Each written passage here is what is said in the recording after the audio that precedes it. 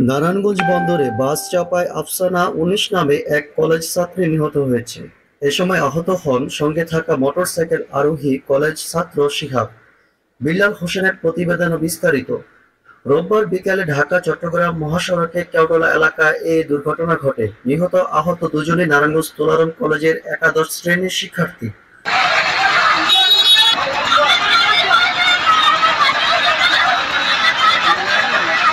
নিহত আফসানা বন্দরের মুসাপুর ইউনিয়ন পরিষদের বালিগাঁও গ্রামের আনোয়ার হোসেনের মেয়ে।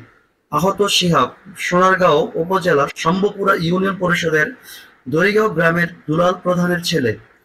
তাজপুর হাইওয়ে থানার ওসি কাজী ওয়াহেদ মোর্শেদ জানান, একটি মোটরসাইকেলে দুইজন শিক্ষার্থী বাড়ি ফেরার পথে ঢাকা-চট্টগ্রাম মহাসড়কে বন্দরের কেওটলা এলাকায় পৌঁছালে দ্রুতগামী একটি যাত্রীবাহী বাস পিছন দিক থেকে চাপা দেয়। এ সময় কলেজ ছাত্রী আফসানা ছিটকে পড়ে বাসের চাকায় পিষ্ট হয়, ঘটনাস্থলে মারা যায়। আহত হন কলেজ ছাত্র শিহাব। ঘাতক বাসটি আটক করা হয়েছে, মামলা প্রক্রিয়াধীন।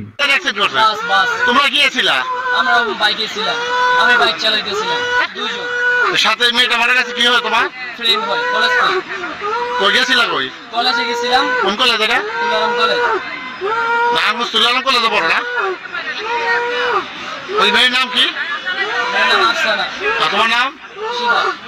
তোমার বাসা কোন জায়গায়? শম্ভুপুরা।